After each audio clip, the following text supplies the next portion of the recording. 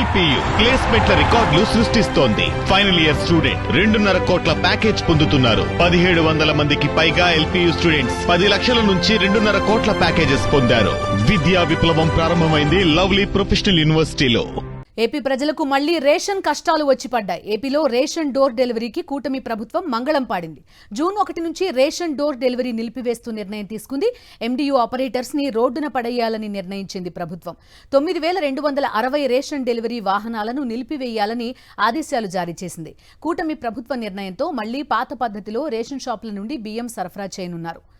MDU ఆపరేటర్లు వ్యతిరేకించినా ప్రభుత్వం జాలి చూపలేదు. పూర్తి డీటెయిల్స్ అందిస్తారు మా కరెస్పాండెంట్ సతీష్. చెప్పండి, మళ్ళీ పాత పద్ధతిలోనే రేషన్ సరఫరా. ఒకటి ఎండియు ఆపరేటర్ల విషయం అయితే ఇన్నాళ్లు కూడా కొంత సంతోషపడ్డారు ప్రజలంతా కూడా ఈ సౌకర్యం వల్ల. ఇప్పుడు మళ్ళీ పాత కష్టాలు మొదలవబోతున్నాయి. గత ఏడాదిగా రేషన్ డోర్ డెలివరీ విధానానికి స్వస్తి పలకడం కోసం అనేక ప్రయత్నాలు చేసినటువంటి చంద్రబాబు ప్రభుత్వం ఇప్పుడు ఆ నిర్ణయాన్ని అధికారికంగా తీసుకుంది. ఈ రోజు జరిగినటువంటి ఆ మంత్రివర్గ సమావేశంలో జూన్ 1వ తేదీ నుండి మళ్ళీ పాత పద్ధతుల్లోనే రేషన్ షాపుల ద్వారా రేషన్ పంపిణీ చేయడానికి ఆమోదం తెలిపింది కేబినెట్. ఇప్పటి వరకు వైఎస్ జగన్మోహన్ రెడ్డి ప్రభుత్వం తీసుకొచ్చినటువంటి రేషన్ డోర్ డెలివరీ అనేది దేశానికి ఆదర్శంగా నిలిచింది. అనేక రాష్ట్రాలు, ఒరిస్సా లాంటి రాష్ట్రాలు కూడా ఆంధ్రప్రదేశ్ రాష్ట్రానికి వచ్చి ఏ విధంగా ఈ డోర్ డెలివరీ విధానాన్ని అమలు చేస్తున్న అంశాన్ని పరిశీలించినటువంటి పరిస్థితి. నీతి ఆయోగ్ లాంటి సంస్థలకు సంబంధించిన ప్రతినిధులు వచ్చినప్పుడు కూడా డోర్ డెలివరీ సిస్టమ్ ను అభినందించారు. అలాంటి రేషన్ డోర్ డెలివరీ విధానానికి స్వస్తి పలికి 9260 రేషన్ డోర్ డెలివరీ వాహనాలు ఏవైతే ఎండియు వాహనాలు ఉన్నాయో వాటన్నిటిని కూడా తక్షణమే నిలిపివేయాలని నిర్ణయించారు.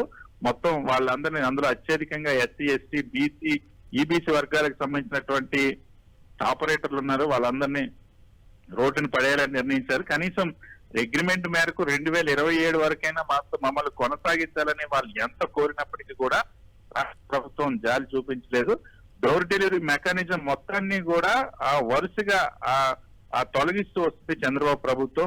రావడంతోనే వాలంటీర్ వ్యవస్థను తొలగించేసింది. ప్రతి ఒక్క పథకాన్ని, పాలసీని ఇంటికి వెళ్ళి అందించేటువంటి వాలంటీర్లు 2,50,000 మందిని తొలగించింది ప్రభుత్వం. ఇప్పుడు మళ్ళీ 9260 రేషన్ డెలివరీ వెహికల్స్ కూడా నిలిపేయాలని. ఇప్పుడు గతంలో ఈ రేషన్ డోర్ డెలివరీ విధానం వల్ల మారుమూల గ్రామంలో ఉన్నటువంటి అత్యంత నిరుపేద కుటుంబాలకు వాళ్ళ ఇంటి దగ్గరికి వెళ్లి రేషన్ అందించేటువంటి విధానాన్ని ఆంధ్రప్రదేశ్ రాష్ట్ర చరిత్రలో మొట్టమొదటిసారిగా వైఎస్ జగన్మోహన్ రెడ్డి ప్రభుత్వం తీసుకొచ్చింది. దానికి ఇప్పుడు స్వస్తి పలికేసి పూర్తిగా మంగళం పాడాలని నిర్ణయించారు. అయితే ఆశ్చర్యంగా ఈ ఎండియు డోర్ డెలివరీ విధానాన్ని మంగళం పాడడానికి వీటిపైన ఒక అవినీతి ముద్ర వేస్తే రాష్ట్ర ప్రభుత్వం స్వయంగా మంత్రి నాదెండ్ల మనోహర్ కూడా కేసులు నమోదయ్యి గతంలో డైవర్షన్ కి వీళ్ళు కారణం అవుతున్నారంటూ వ్యాఖ్యానించడం కూడా మరింత వివాదాస్పదంగా మారింది. అలా అయితే రేషన్ షాపుల పైన కూడా అనేక కేసులు ఉన్నాయి.